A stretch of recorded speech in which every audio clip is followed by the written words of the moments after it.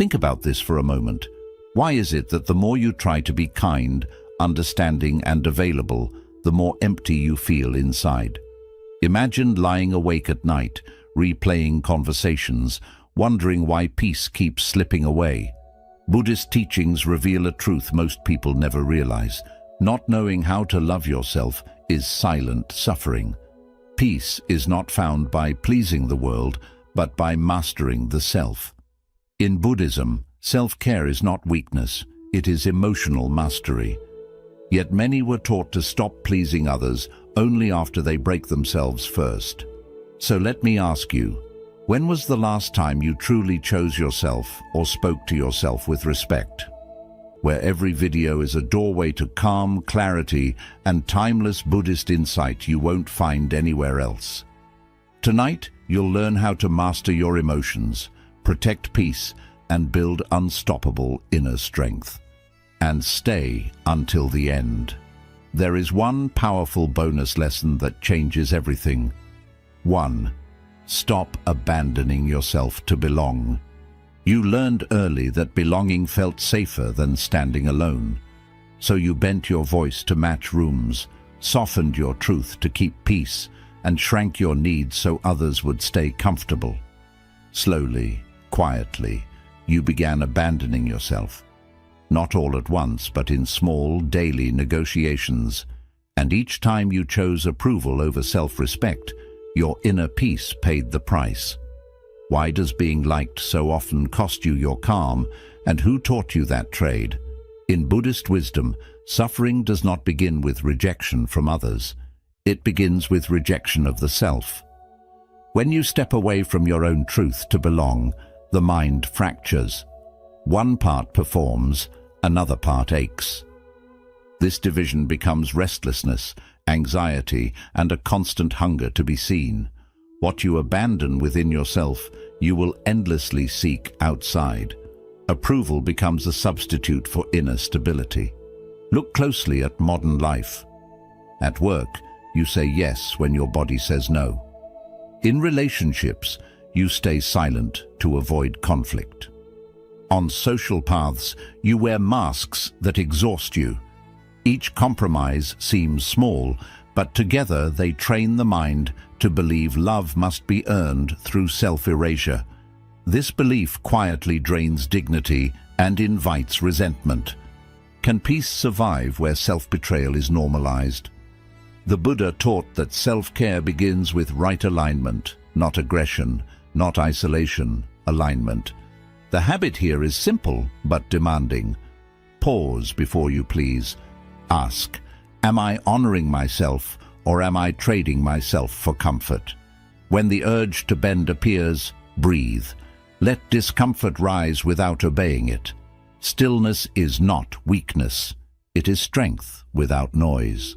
Imagine a tree bending toward every passing wind. At first it seems flexible, but over time its roots loosen, its trunk weakens. Now imagine standing upright as the wind passes. You do not resist, you do not chase, you remain grounded. Close your eyes and feel that posture inside you, the strength of not needing to bend. What would change if you stood firm today? This habit transforms relationships. When you stop abandoning yourself, others meet the real you, or they leave. Both outcomes protect peace. You no longer negotiate your worth or rehearse your identity. You act from wholeness, and wholeness does not beg to belong. It simply is. Ask yourself honestly, where do I betray myself to avoid discomfort? Whose approval still controls my choices? The moment you choose self-respect over applause, the mind settles. When you finally stop leaving yourself, nothing outside you can steal your peace again. We'd love to hear your thoughts. If you're not sure what to say, just type, I choose myself now. 2. Speak to yourself like a sacred student. Notice how quickly the mind turns against itself. One mistake, one delay, one moment of weakness, and the inner voice sharpens. It calls you lazy, behind, unworthy. You may not hear it clearly, but you feel its weight. If words create worlds, what world are you building inside yourself daily? And who taught you to speak with such cruelty? In Buddhist understanding, the mind is not an enemy to be defeated, but a student to be trained. Yet many people train their minds through punishment. They believe harshness creates discipline. It does not. It creates fear. The mind believes the tone before it believes the truth. Even wisdom, when delivered with violence, becomes poison. Look at your daily inner dialogue. When you fail, do you guide or condemn? When you feel tired, do you listen or attack? This voice shapes your nervous system, your confidence, your capacity to rest. A harsh inner teacher keeps you productive for a while, but peaceful never. And without peace, success feels hollow. Is that the life you are building? The Buddha emphasized right effort, not brutal effort. The habit here is inner voice discipline. Before correcting yourself, soften your tone. Replace command with guidance. Instead of, "Why are you like this?" try, "What can I learn here?" This is not weakness. This is precision. A calm mind absorbs truth faster than a frightened one. Imagine your inner voice as a teacher standing beside you. One shouts, humiliates, rushes you. The other speaks slowly, clearly, firmly, but with care. Which one would you trust to guide your growth? Which one would you stay with when learning becomes difficult? Growth follows safety, not fear. Close your eyes for a moment. Hear your inner voice soften. Let it guide, not command. Notice how your breath deepens naturally when the pressure lifts. That response is not accidental. The body knows when it is being cared for. Inner peace begins when self-talk stops sounding like a threat. This habit changes everything. You stop burning yourself to improve. You begin to mature with steadiness. Mistakes become lessons instead of verdicts. Discipline becomes sustainable. And slowly, self-love stops being an idea and becomes a daily atmosphere. Ask yourself honestly, would I speak to a loved one this way? What tone heals me instead of pushing me? What sentence do I need to hear right now? When you speak to yourself like a sacred student, the mind learns without resistance, and peace learns how to stay. 3. Master the pause before reaction. Something happens and the body reacts before the mind arrives. A message, a tone, a memory, a look. Suddenly the heart races, words spill, decisions are made in heat. Later, regret follows quietly. You tell yourself it was automatic. But what if your power does not begin in response, but in restraint? In Buddhist insight, suffering is not created by events. It is created by untrained reaction. The world strikes the bell, and the bell rings because it has not learned stillness. Between stimulus and suffering, there is a breath. Most people never enter that space. They live at the mercy of impulses, calling it personality, calling it honesty, calling it strength. But peace cannot survive without pause. Look at modern life. Notifications pull you, opinions provoke you, pressure rushes you. You are taught that fast reactions mean confidence, that silence means weakness. Yet every uncontrolled reaction leaks energy. Anger spoken cannot be retrieved.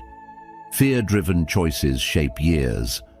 Ask yourself, how many problems in your life began with speed? The Buddha did not teach suppression. He taught awareness. The habit here is mastering the pause before reaction. When emotion rises, do nothing first. Breathe once, fully. Let the moment stretch. This pause is not passive. It is an act of sovereignty. In that breath, the nervous system settles. Clarity re-enters. Choice returns. Imagine yourself as a bell. The world strikes constantly. Words, situations, people. You cannot stop the strikes, but you can decide what is allowed to touch you deeply. A bell that rings at every contact is noisy and fragile. A bell that rings only when struck with intention preserves its resonance. Your peace works the same way. Close your eyes for a moment. Inhale slowly. Feel the moment widen. Notice how control returns without force. That is emotional stillness. Not coldness, not avoidance, stillness. From here, responses become measured. Silence becomes intelligent. Power becomes quiet. This habit transforms conflict. You stop feeding drama with immediacy. You stop confusing reaction with truth. Others may push harder when you pause, but eventually they feel your gravity. Calm unsettles chaos. Restraint reveals authority, and you discover something unexpected. You are no longer easily controllable. Ask yourself honestly, what triggers steal my peace fastest? How often do I react instead of respond? What would silence protect today? When you master the pause, emotions stop driving you and begin informing you. And when restraint becomes your refuge, nothing external can rush you into losing yourself again. 4. Release the guilt of choosing yourself. Each time you choose rest over obligation, a quiet discomfort appears. When you say no, guilt whispers that you are selfish, ungrateful, wrong. You may obey that voice automatically, returning to old patterns of overgiving. Why does self-care feel wrong, yet self-betrayal feels familiar? In Buddhist understanding, guilt is not always wisdom. Often, it is inherited conditioning. You were taught that love means sacrifice without limits, that worth is proven through exhaustion. Guilt is often the echo of conditioning, not conscience. When you choose yourself, the mind panics, not because you are doing harm, but because you are breaking a pattern. Look honestly at who benefits when you neglect yourself. Systems of overwork, relationships built on your silence, expectations that never ask how you are. Guilt keeps you compliant. It trains you to confuse endurance with virtue. But a depleted mind cannot generate compassion. An empty body cannot sustain peace. Who taught you that burnout was noble? The Buddha did not praise self-erasure. He taught balance. The habit here is deprogramming pleasing. When guilt arises after choosing yourself, pause. Do not argue with it. Observe it. Ask, is this conscience or conditioning? This question alone loosens decades of learned obedience. Awareness breaks spells that effort never could. Imagine a bird raised in a cage. The door opens, yet the bird hesitates. The sky feels too wide. Freedom feels dangerous. The cage, though painful, feels known. You are not weak for hesitating. You are untrained in freedom. Picture the cage door open. Notice how stillness comes before flight. That pause is not fear, it is recalibration. Release does not require rebellion, it requires permission. You are allowed to rest without explanation. You are allowed to choose health over harmony. Each time you act from self-respect, guilt will rise and then fade.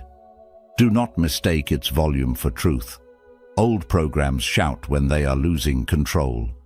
This habit changes your identity.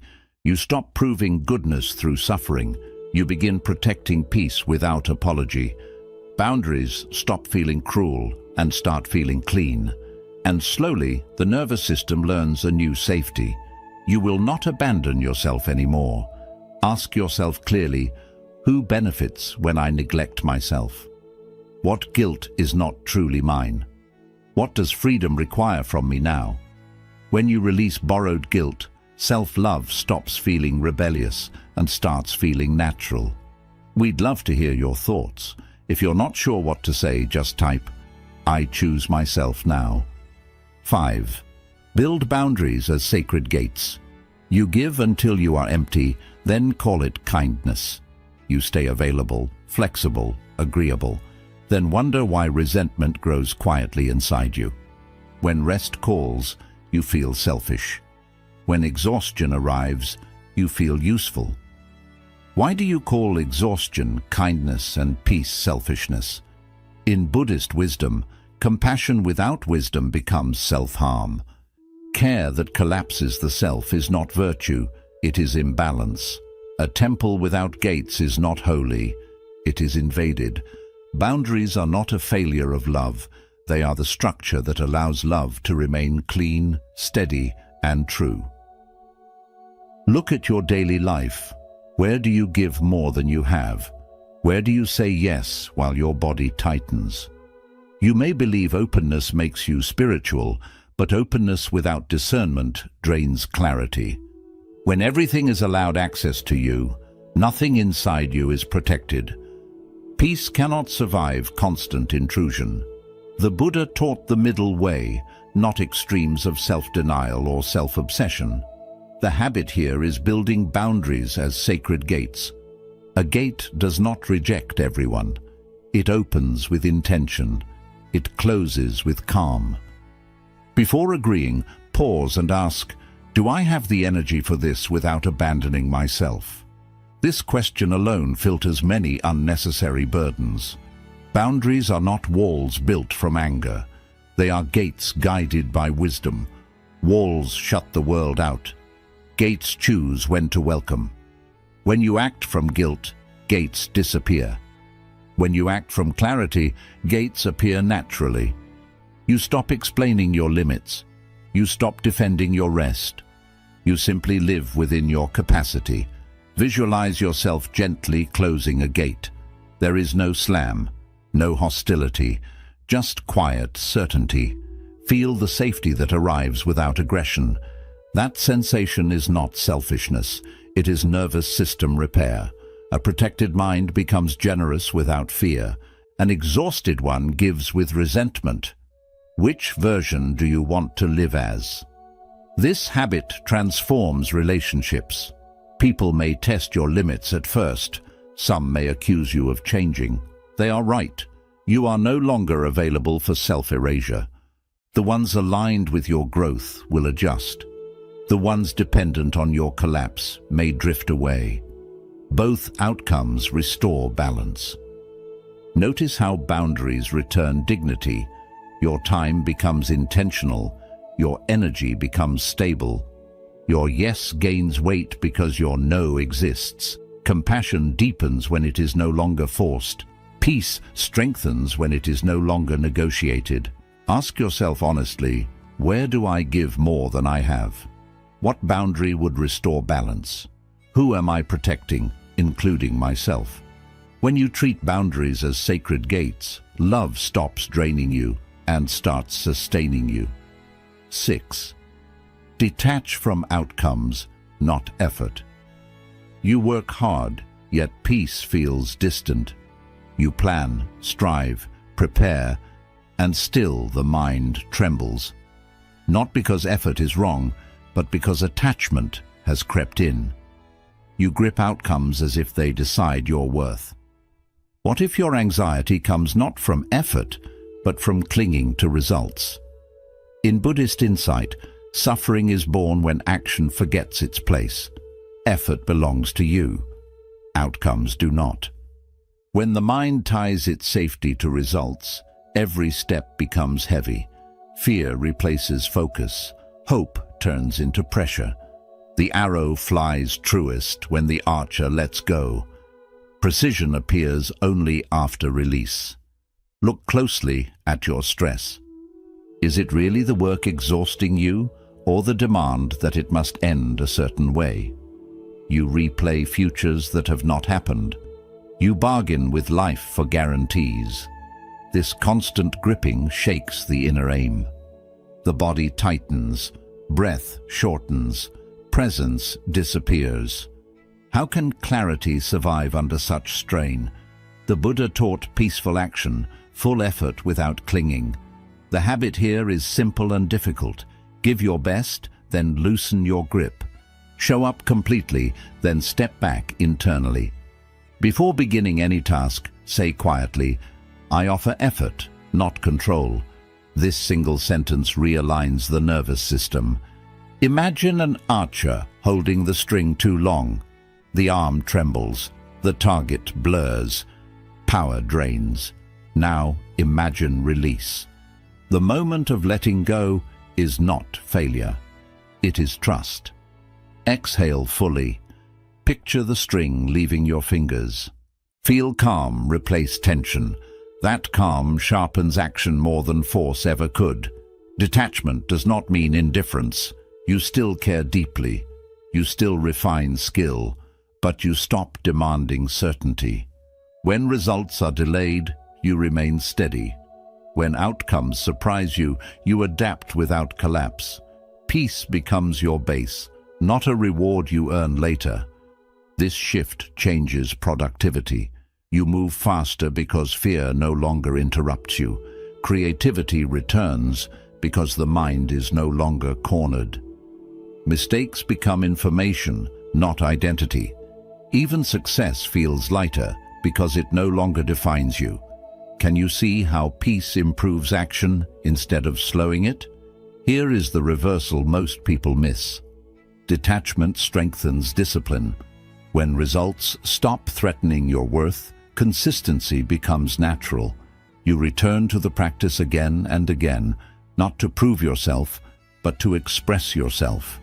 Action becomes devotion, not negotiation. Ask yourself honestly, where am I gripping too tightly? What happens when I trust the process? How does peace improve my action? When you detach from outcomes but honor effort, anxiety loosens its hold and life meets you with unexpected precision. 7. Rest without needing to earn it. You stop only when exhaustion forces you. Rest becomes something you negotiate for, something you promise yourself later. After one more task, one more effort, one more proof of worth. Stillness feels uncomfortable, even dangerous. Who convinced you that rest must be deserved? In Buddhist understanding, rest is not a reward. It is a condition for clarity. A mind denied stillness forgets its own rhythm. A body pushed without pause begins to speak through pain. The body heals in stillness. The soul remembers itself. When rest is delayed, awareness dulls and compassion thins. Look at how you measure value. Productivity becomes identity. Busyness becomes safety. When you slow down, guilt rises.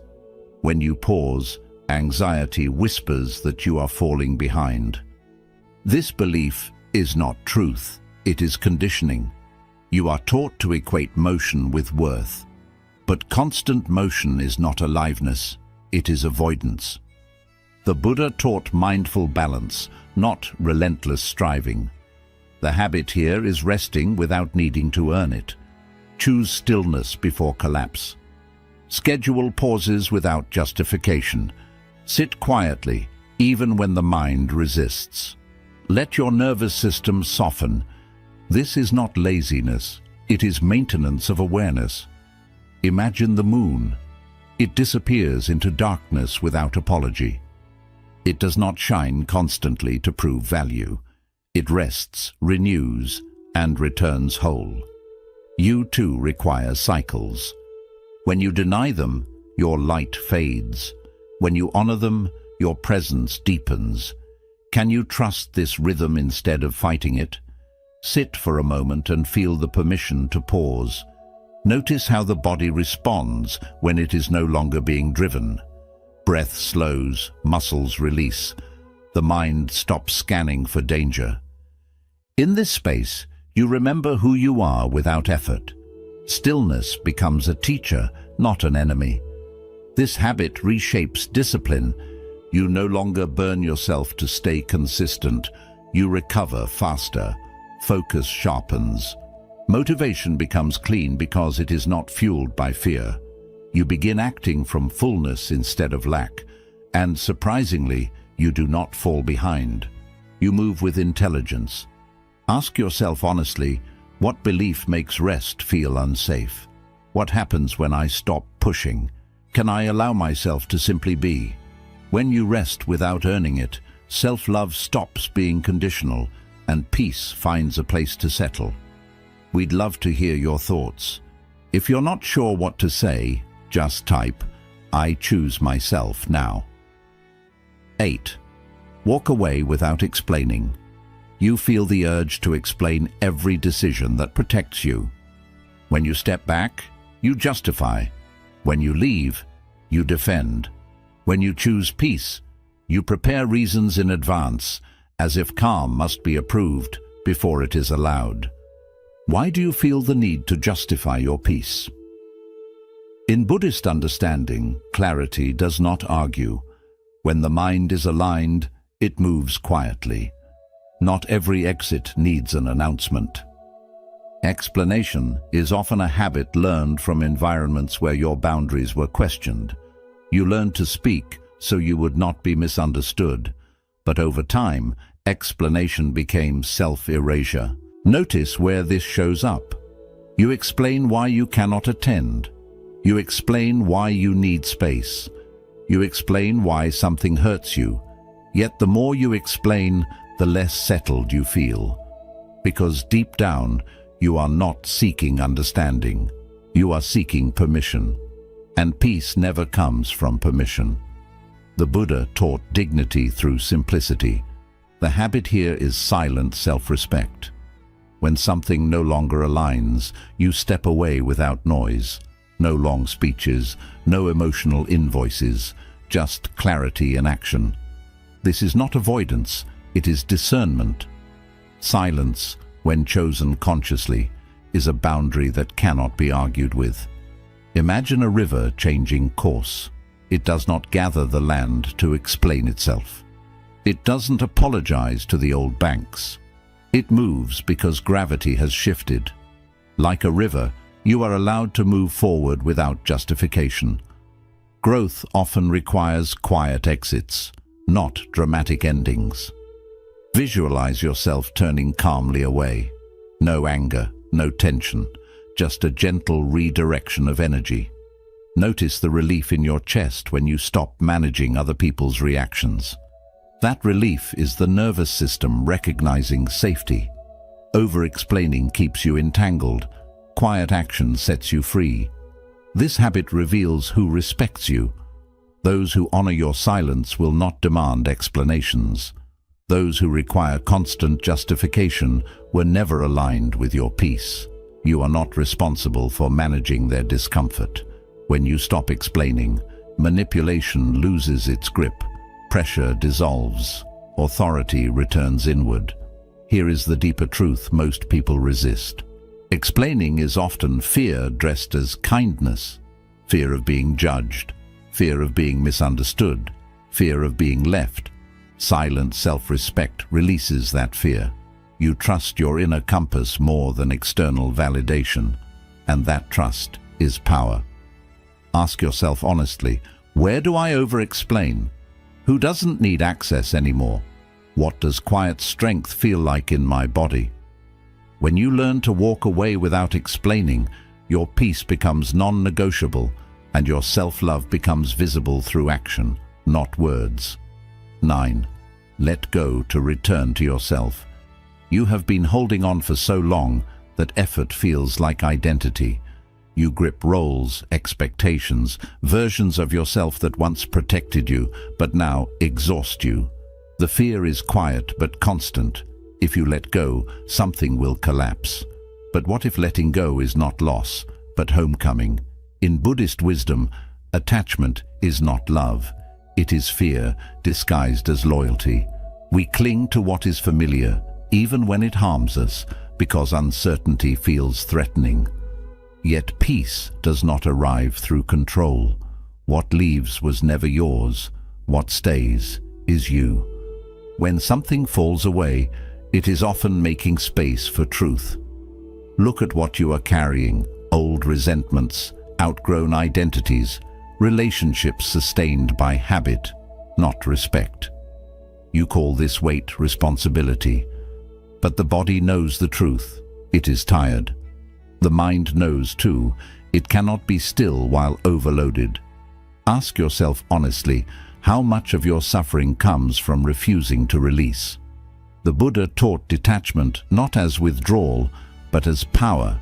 The habit here is letting go to return to yourself, not all at once, gently, one grip at a time. Begin by noticing what tightens your chest, what demands constant effort to maintain, what keeps you from resting fully. Awareness loosens what force never could. Think of autumn. A tree does not mourn its leaves, it releases them because holding on would break it. In that release, strength is preserved, roots deepen, trunk steadies. Letting go is not weakness, it is intelligence responding to season. You too are allowed to change seasons. Close your eyes and imagine something heavy falling away. A name, a story, a burden you have carried to feel worthy. Feel the lightness replace effort. That sensation is not emptiness, it is space. And in space, the self returns quietly, without performance. This habit transforms identity. You stop defining yourself by what you endure. You stop clinging to pain to prove depth. When attachments fall, clarity rises. You act with less resistance. You speak with less fear. You move without dragging the past behind you. Peace stops being fragile because it is no longer crowded. Here is the hidden truth. Detachment brings intimacy with life, not distance. When you are no longer holding tightly, you can feel completely. When you are no longer defending yourself, you can truly listen. When you are no longer performing, you can simply exist. Ask yourself softly, what am I scared to release? What returns when I finally let go? Who am I without the weight I carry? When you finally release what was never truly yours, you don't disappear, you arrive. Bonus lesson, learn to become your own refuge. There comes a quiet question beneath all searching. If everything fell away, roles, praise, certainty, relationships, would you still feel safe inside yourself? Most people spend their lives building protection outside, hoping something firm will support them. But when those walls shake, fear rushes in. The deeper work is learning where real refuge truly exists. In Buddhist wisdom, refuge is not escape, it is returning home. You suffer not because the world is unstable, but because you depend on it to steady you. Peace begins the moment you stop seeking permission. The mind becomes restless when safety depends on approval, results, or belonging. When those are threatened, the self feels threatened too. Look honestly at where you search for validation. Praise inspires you, rejection hurts you, silence unsettles you. These reactions show where refuge is misplaced. When identity is borrowed from outside, peace becomes fragile. You start performing instead of living. You adjust instead of resting. And slowly, you forget how to feel at home within yourself. The Buddha taught inner sanctuary, the ability to rest in awareness, no matter the situation. The practice here is becoming your own refuge. When anxiety rises, do not immediately reach outward. Pause and turn inward. Ask, can I stay with myself through this? This question is not denial, it is grounding. Imagine a lamp in a dark room. It does not fight the darkness. It does not ask for permission to glow. It simply shines. In the same way, inner refuge does not require the world to change. It stays steady while conditions move around it. Strength like this is quiet, yet unshakable. Close your eyes and imagine a steady light inside your chest. It does not flicker with opinions. It does not fade with failure. Let it remain untouched. Notice how the body reacts when safety is internal. Breath slows, shoulders relax. The mind stops searching for threat. This is not imagination, it is recognition. This habit changes how you move through life. You stop begging moments to make you feel complete. You stop chasing certainty. When challenges arrive, you face them without collapse. When praise comes, you appreciate it without attachment. When loss appears, grief moves through you, but it does not erase you. Becoming your own refuge does not isolate you. It frees you to love without fear. When you are anchored within, relationships become choices, not lifelines. Work becomes expression, not identity. Rest becomes natural. You no longer abandon yourself just to feel safe. You stay. Ask yourself gently, where do I look for validation outside? What does inner safety feel like in my body? How can I return here daily? When you become your own refuge, the world no longer decides your peace. You carry it with you wherever you stand. Quick summary. Stop abandoning yourself just to belong. Self-love begins the moment you stop trading your peace for approval. Seeking validation is a subtle attachment that weakens self-respect. Choosing yourself rebuilds inner stability and emotional strength. Speak to yourself with care.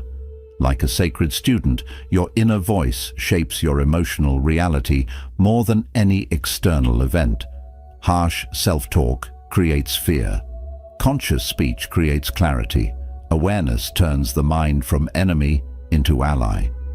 Master the pause. Before reaction, power is not in reacting, it is in restraint. Every pause weakens emotional suffering before it forms. Stillness restores control without force. Release the guilt of choosing yourself. Guilt often comes from conditioning, not wisdom.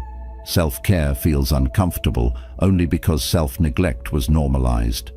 Freedom begins when you stop apologizing for your needs. Build boundaries. As sacred gates, boundaries protect peace without harming compassion.